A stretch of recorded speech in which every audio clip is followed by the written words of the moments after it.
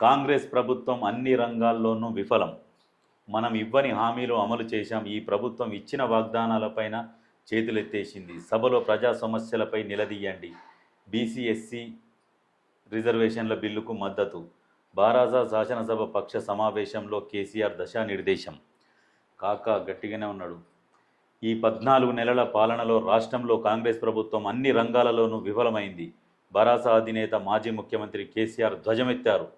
ఎన్నికల సందర్భంగా ప్రజలకు ఇవ్వని హామీలను కూడా బారాసా ప్రభుత్వం హయాంలో అమలు చేశామని, కాంగ్రెస్ సర్కారు ఇచ్చిన 6 గ్యారెంటీలు 420 హామీలని అమలు చేయలేక చేతులెత్తేసిందని విమర్శించారు. బుధవారం నుంచి అసెంబ్లీ మండలి సమావేశాలు ప్రారంభం కానున్న నేపథ్యంలో మంగళవారం హైదరాబాద్ తెలంగాణ భవన్లో కేసీఆర్ అధ్యక్షతన బారాసా శాసనసభ పక్ష సమావేశం జరిగింది. సుమారు 3 గంటల పాటు జరిగిన ఈ సమావేశంలో పలు అంశాలపై చర్చించారు. వీళ్ళది 3 గంటల పాటు చర్చ జరుగుతుంది కరెక్టే, కానీ 3 గంటలలో ఈయన ఒక్కడే మాట్లాడతాడు, ఎవరిని మాట్లాడనియాడు. ఇంకో విషయం ఏంటంటే కాంగ్రెస్ ప్రభుత్వం అన్ని రంగాల్లోనూ విఫలం. సరే మరి కాకా, మరి నువ్వు 10 సంవత్సరాలు పరిపాలించినావు, మరి ఏ రంగంలో సఫలమైనవు? నువ్వు ఏ రంగంలో సఫలమైనవు? అసెంబ్లీ సమావేశాల్లో అనుసరించాల్సిన వ్యూహాలపై పార్టీ ఎమ్మెల్యేలు ఎమ్మెల్సీలకు అధినేత దిశానిర్దేశం చేశారు. బారాసా ప్రభుత్వ హయాంలో రైతును రాజును చేశాం. సాగునీరు, 24 గంటల కరెంటు, రైతు బంధు, గిట్టుబాటు ధర అందించాం. ఇప్పుడు కాంగ్రెస్ 14 నెలల పాలనలో రైతులు అరిగోసపడుతున్నారు. మనము హామీ ఇవ్వని Kalyana Lakshmi, Shaadi Mubarak, KCR kit, nutrition kit వంటి పథకాలను అమలు చేసి ప్రజల సంక్షేమాన్ని అందించాం. రాష్ట్రంలో 2 సార్లు కంటి వెలుగు కార్యక్రమాన్ని నిర్వహించాం. కాంగ్రెస్ ప్రభుత్వం మహిళలకు 2500 ఇస్తామన్న హామీని అమలు చేయడం లేదు. పింఛన్ పెంపు లేదు. గురుకులాలను మనం అద్భుతంగా తీర్చిదిద్దితే కాంగ్రెస్ ప్రభుత్వం భ్రష్టు పట్టించింది. గురుకుల విద్యార్థులు ఆకలి కేకలతో అలమటిస్తున్నారు. రైతులు, నేతన్నలు, విద్యార్థులు, ఆటో డ్రైవర్లు ఆత్మహత్యలకు పాల్పడుతున్నారు. మిషన్ భగీరథ ద్వారా మన ప్రభుత్వం ఇంటింటికి తాగునీరు అందిస్తే కాంగ్రెస్ సర్కారు వైఫల్యంతో ప్రజలు తాగునీటికి ఇక్కట్లు ఎదుర్కొంటున్నారు. ఈ ప్రభుత్వంలో విద్యుత్ కోతలు పెరిగిపోయాయి. మన హయాంలో పరిశ్రమలు పెద్ద ఎత్తున తీసుకొస్తే ఇప్పుడు అవి ఇతర రాష్ట్రాలకు తరలిపోతున్నాయి. రాజీ లేని పోరాటం చేయాలి. సమస్యలపై అసెంబ్లీ మండలిలో కొట్లాడాలి. ఎండిన పంటలు, అందని కరెంటు, దక్కని సాగునీరు, కాలిపోతున్న మోటార్లు తదితర రైతు సమస్యలు, తాగునీటి కొరతపై సభల్లో గొంతు వినిపించాలి. బీసీ ఎస్సీ రిజర్వేషన్ల బిల్లుకు మద్దతుగా గలం విప్పాలి. రాష్ట్రంలో గురుకుల పాఠశాలలకు నిర్వీర్యమవుతున్న తీరుపై నిలదీయాలి. ప్రభుత్వ ఉద్యోగుల రిటైర్మెంట్ బెనిఫిట్స్ని, డిఏల పెండింగ్, పీఆర్సీలపై అమలు సర్కారు ప్రశ్నించాలి. ఏంది బెనిఫిట్, డిఏల పెండింగ్ ఎవడు పెట్టిండు? మరి ఊగనే గాలి దెబ్బలు వేస్తుంటాడు. పెండింగ్ పెట్టిందే మీరా? విద్యార్థుల ఓవర్సీస్ స్కాలర్షిప్లు విడుదల చేయకపోవడం, వైద్య రంగంలో దిగజారుతున్న ప్రమాణాలు, దళిత బంధును నిలిపివేయడం, గొర్రెల పెంపకం, చేపల పంపిణీ వంటి వాటిపై అసెంబ్లీ మండలిలో ప్రభుత్వాన్ని నిలదీయాలి. 6 గ్యారెంటీల అమలులో అనుసరిస్తున్న మోసపూరిత వైఖరిని ఎండగట్టాలి. ఇప్పుడు గొర్రెలది అన్నావు, గొర్రెల స్కాము బయట వల్లే గొర్రెలు లేకున్నా కానీ బిల్లులు పాస్ అయిపోయాయి. ఇప్పుడు నువ్వు చేసింది ఏముంది కాక? నిజంగా వాస్తవానికి చెప్పు. ఇప్పుడు మీరు చేసినామని అంటున్నారు కదా, అన్ని రంగాల్లోనూ కాంగ్రెస్ ప్రభుత్వం విఫలమైంది. మరి మీరు సఫలం ఏం చేసిర్రు? నువ్వు వచ్చినా చెప్తున్నాయి. నువ్వు అధికారంలోకి ఎట్లొచ్చినావంటే, ఇక్కడ తెలంగాణకు నేను కాపలా కుక్కలాగా ఉంటా, దళితుడిని ముఖ్యమంత్రి చేస్తా అన్నావు. నీ మొదటి వాగ్దానం. దాన్ని నమ్మిరు జనాలు, దాన్ని నమ్మి నిన్ను గెలిపించిరు. ఏం చేసినావు? తుంగల దొక్కినావు. నాకంటే పెద్ద దళితుడు ఎవడు? నేనే దళితుడిని, ఇంకా సపడే కూసోర్రి అని చెప్పేసినావు. ఒక దళితునికి ఉప ముఖ్యమంత్రి ఇచ్చినావు. ఆయన మీద లేనిపోయిన ఆరోపణలు చేసి మళ్ళీ మూల కూసబెట్టినావు. ఇది ఇప్పుడు నువ్వు మెయిన్ అభివృద్ధి చేసినామంటున్నావు. మీ 10 సంవత్సరాలల్లా ఏం అభివృద్ధి జరిగింది? 7.5 లక్షల కోట్లు, మిగులు బడ్జెట్ 1.5 లక్ష, మొత్తం 9 లక్షల కోట్లు. రాష్ట్ర బడ్జెట్ 1.5 లక్ష కోట్లు వేసుకో. 10 సంవత్సరాలు అదో 15 లక్షల కోట్లు, ఈ ఒక 9 లక్షల కోట్లు, ఇంకా లెక్క 24 లక్షల కోట్లతోని ఏం అభివృద్ధి చేసినావు? కాళేశ్వరం కట్టినావు. కాళేశ్వరం ఏమైనా పనికొచ్చిందా? మేడిగడ్డ కుంగిపాయ, అన్నారంకు లుంగలు పడే. ఇప్పుడు మేడిగడ్డ ఖాళీ చేసి పెట్టిరు. ఎందుకంటే ఇప్పుడు అది నింపితే కూలిపోయే ప్రమాదం ఉన్నది కాబట్టి అక్కడ నీళ్లు లేవు. బాహుబలి పంపులు పెడితే ఆ కరెంటు బిల్లు, విపరీతమైన కరెంటు బిల్లు, అది ఎవరి మీద భారం? ప్రజల మీద భారం పడ్డా పర్వాలేదు, మేం పచ్చగా ఉండాలి, మా చుట్టుముట్టు మా కులస్తులు అందరూ పచ్చగా ఉండాలని చెప్పేసి కాళేశ్వరం చుట్టూ మీ భూములు ఉన్నాయిగా, వాళ్ళకు నీరు అందించడం కోసమే నువ్వు కాళేశ్వరం ప్రాజెక్టు కట్టినావు. అది ప్రజలు తెలుసుకోవాలి. దాన్ని ఆగం చేసి సోకుల కోసం పాతది సెక్రటరియట్ ఉన్నా కానీ అది ఇంకా ఒక 20-30 సంవత్సరాలకు పనికొచ్చే దాన్ని ఉన్నా కానీ కూలగొట్టి ఏదో అద్దాల మేడలాగా గడితివి. అది కూడా వర్షాకాలం కురుస్తూనే ఉండే, లీకులు అయిపోయాయి. యాదగిరిగుట్టాన్ని కట్టివి రియల్ ఎస్టేట్ కోసం అని.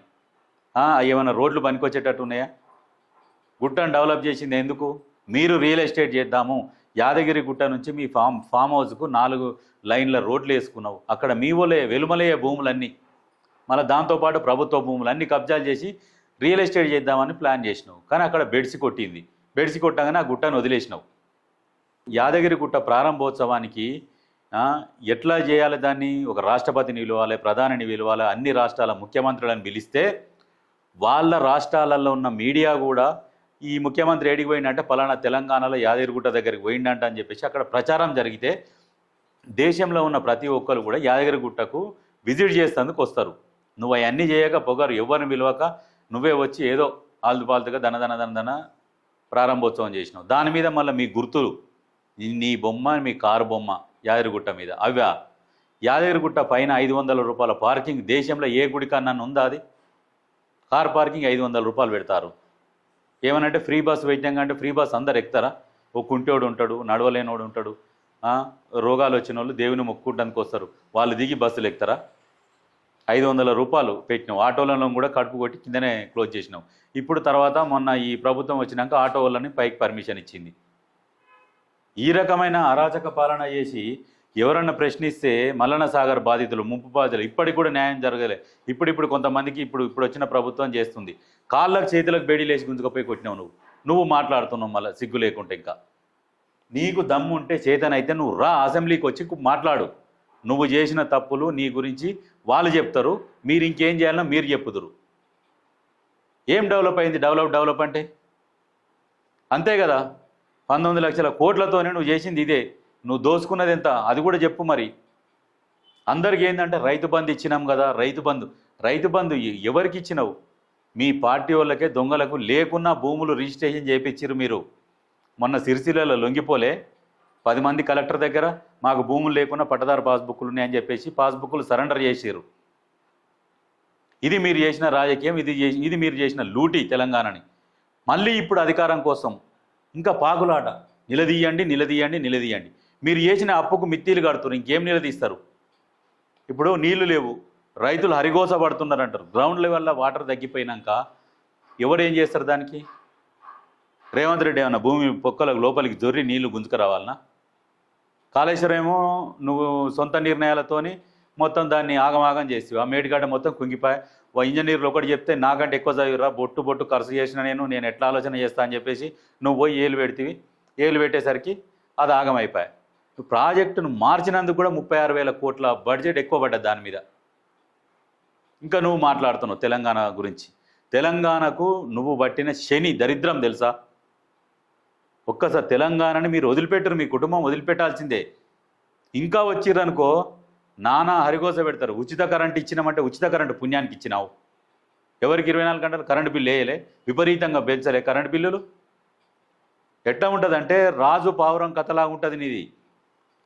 5 సంవత్సరాల పరిపాలన, 4 సంవత్సరాలు జనాలని పిండి ఇప్పుడు పావురంగా రెక్కలు పీకి దాని రక్తాలు కారుతుంటే రెక్కలు పీకి లాస్ట్కి ఇత్తులేస్తారు. లాస్ట్ సంవత్సరంలో నువ్వు ఆ టైపులో లాస్ట్ సంవత్సరాల్లో మనసులో పావురానికి ఇత్తులేసినట్టు జనాలకు పథకాలు అప్పుడు ప్రవేశపెడుతుంటావు.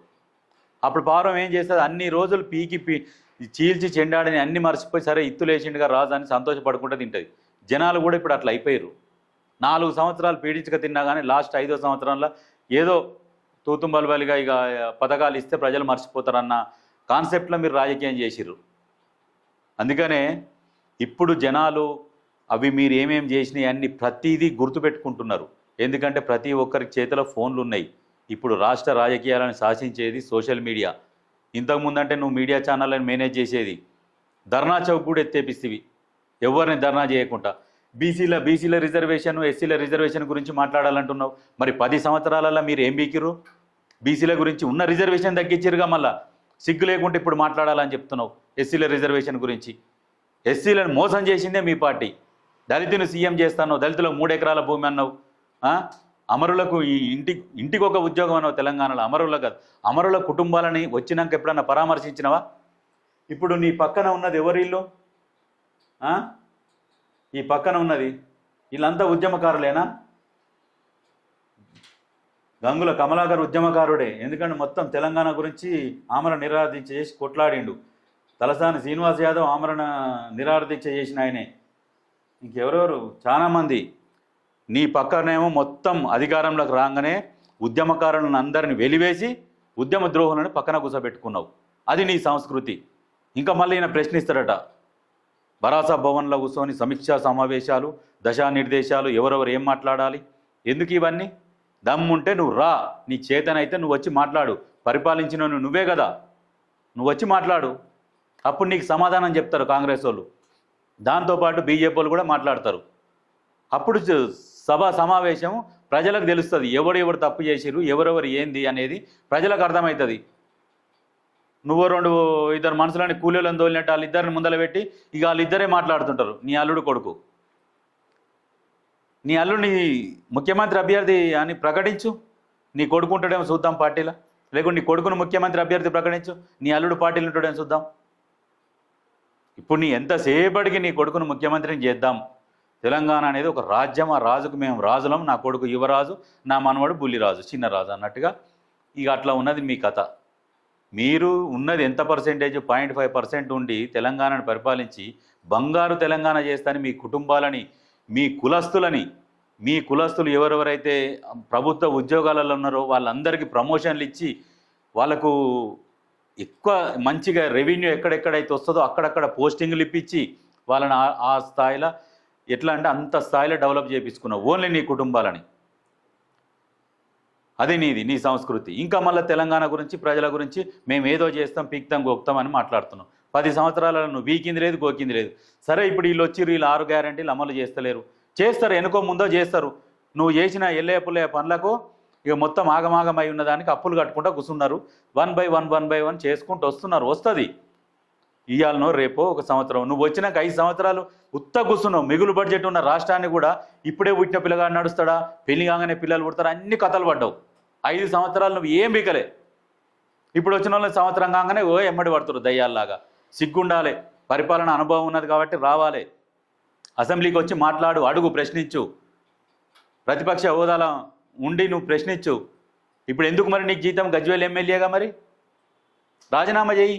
వేరే వాళ్ళన్నా పోతారు ఆ గజ్వేల్ నియోజకవర్గ ప్రజలని ఏమేం బాధలు ఉన్నాయని అరుచుకుంటారు. ఏమంటే రైతులు ఏడుస్తున్నారు. మీ సోషల్ మీడియా ప్రచారం అట్లా ఉన్నది. గ్రౌండ్లో వాటర్ లేకుంటే ఎవరేం చేస్తాడు? రేవంత్ రెడ్డి ఏమైనా ఇంట్లో పోయి పోసుకుంటున్నాడా నీళ్ళు?